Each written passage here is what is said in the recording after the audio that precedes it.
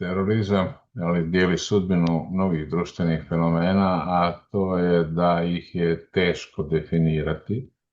Naprosto ih je teško definirati iz jednog jednostavnog razloga što je terorizam nadasve, dakle, pitanje politike, a ne pitanje znanosti. I onda je logično, dakle, da uglavnom politički interesi su ti koji određuju što to terorizam jeste, odnosno što terorizam nije.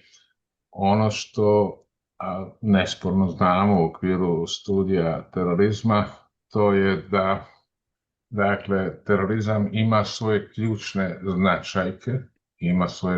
značajke, ali ne možemo kazati precizno da je to jedan samostojeći, nesporan analitički koncept, da je to jedan samostojeći analitički, dakle, samodostatan pojam, već on spada u okvire onih fenomena koji su podložni socijalnoj konstrukciji.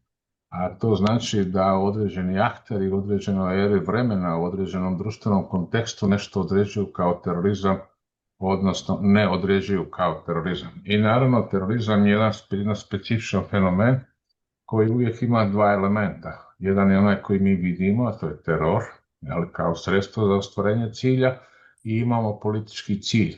Terorizam je uvijek spoj jednog i drugog, ali mi, dakle, manifestno vidimo samo teror, a ne vidimo i ciljeve zbog kojih se taj teror događa. I onda je sasvim logično, ako je to tako, da imamo, dakle, različite etikete toga što vidimo, ali da terorizam iz tog razloga ima i svoju tu neku etičku dimenziju.